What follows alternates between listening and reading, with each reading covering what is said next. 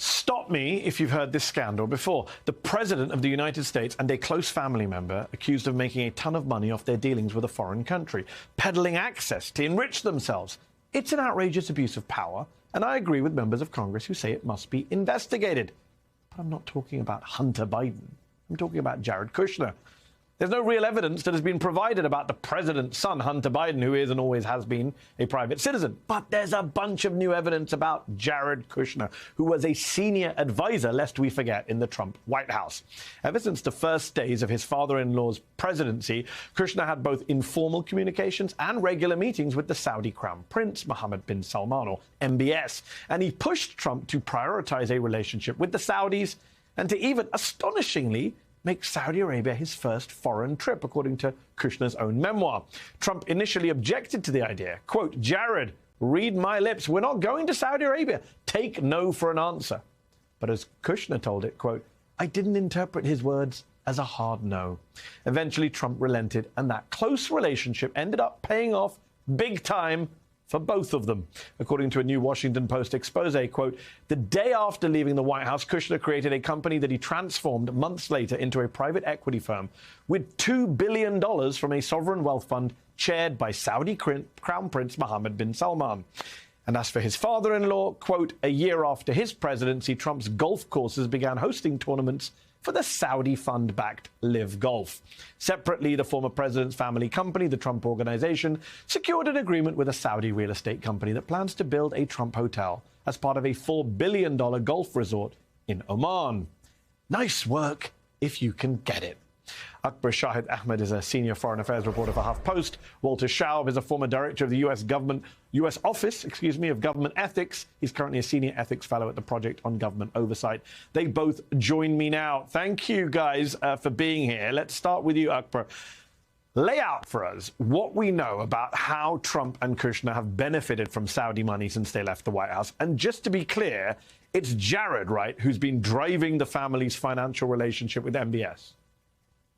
Absolutely. So Jared is extremely close to MBS, Saudi Crown Prince. What we found from this Washington Post expose was this $2 billion that Jared Kushner received months after leaving the White House, really, really quickly, still comprises most of the money in this fund that he's running, right? So the Saudis are still giving him 2/3 of the big fund that he's relying on. He's also getting 20 million or so in annual management fees, and he will get a share of any profits made from investments they make.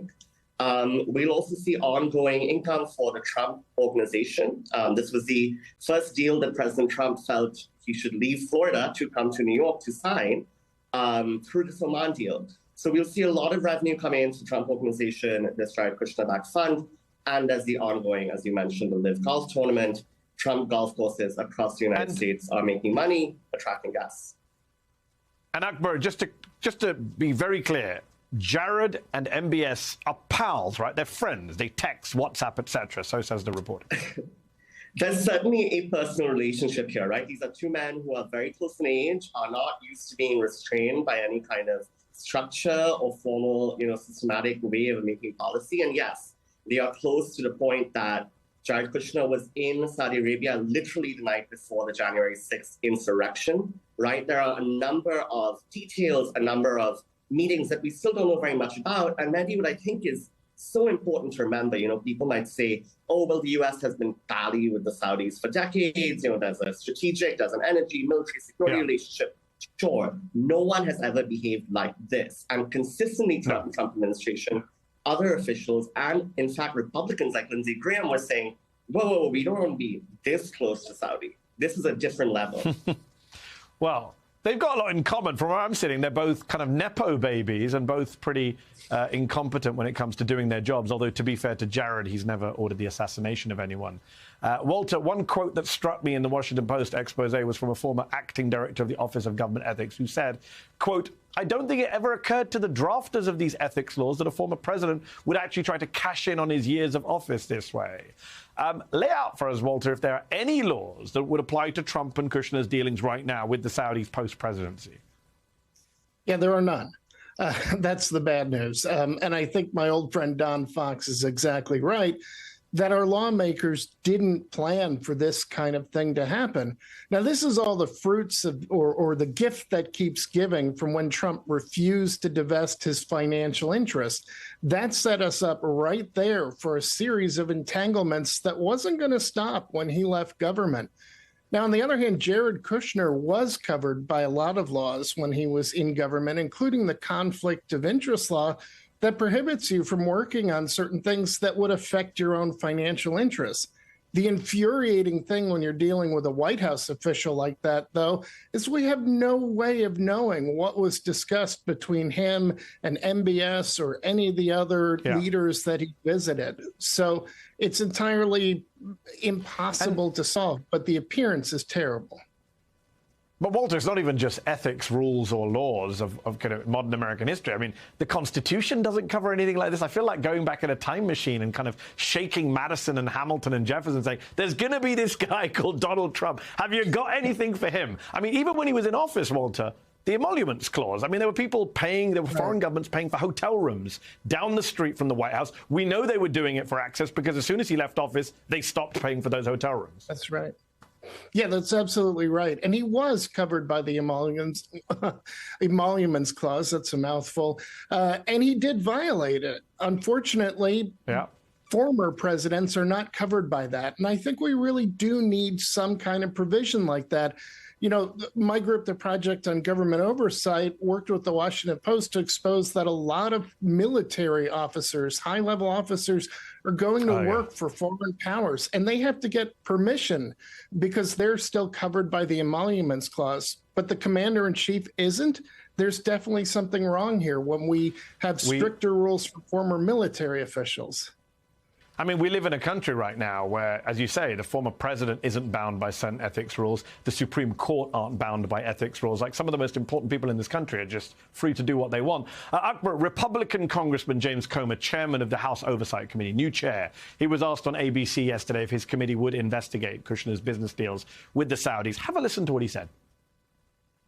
It's a $2 billion investment in Kushner's funds from the Saudis. We know the former President Trump has also received funds related to the Saudi Golf Tour. Senator Ron Wyden says these financial entanglements deserve investigation. Will you be investigating that as well? I think everything's on the table. Look, we're investigating Joe Biden.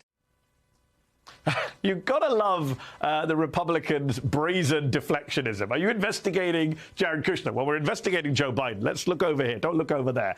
Do you have any faith, Akbar, in this Republican-controlled House that they will investigate the brazen, dodgy dealing of Jared Kushner in their committee hearings? And if they don't, is there anything Senate Democrats can do where they still control the Senate to investigate this? I don't know what to call it. There's no words to describe how bad it is. I don't think House Republicans are the place to look for accountability on this, but Senate Democrats certainly have a lot of really potent avenues for investigation. One that is ongoing and we know is happening is through the Senate Finance Committee that's looking specifically at these financial transactions by Kushner, by Trump. And it'll be interesting to see if they can try to bring, Kushner in, try to get more information about this. But Mehdi, I'd really note that there are a lot of stakes to this that are not just the financials, that the financials may, in a quid pro quo, be really hurting American national security interests and type concerns like human rights internationally.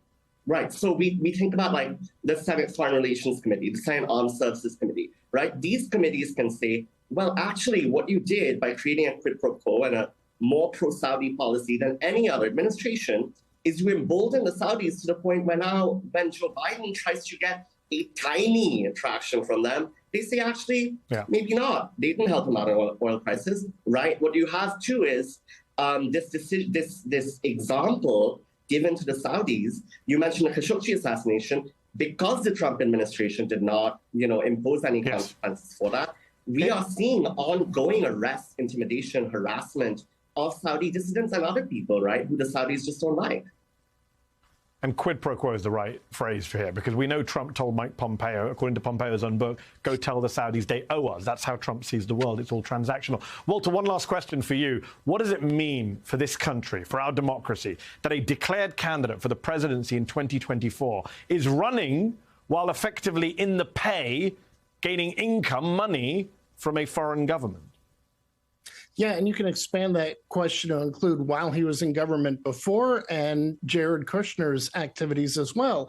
The bottom line is what's at stake here is the American national interest, national security, economics, all of it are what the government's there to do. But when we have to wonder if these folks are pursuing their own financial interests, that leaves us wondering if they're looking out for our financial interest. And it's precisely why I called on Donald Trump to divest his financial interests. And here we go again. It's round two with this same candidate not committing to divest his financial interest and having only deepened his tie to the murderous regime that killed Jamal Khashoggi. Indeed, deepened his financial ties, certainly, and as Akbar pointed out, the geopolitical ties. Walter Shaub, Akbar Shahid Ahmed, thank you both. Appreciate it.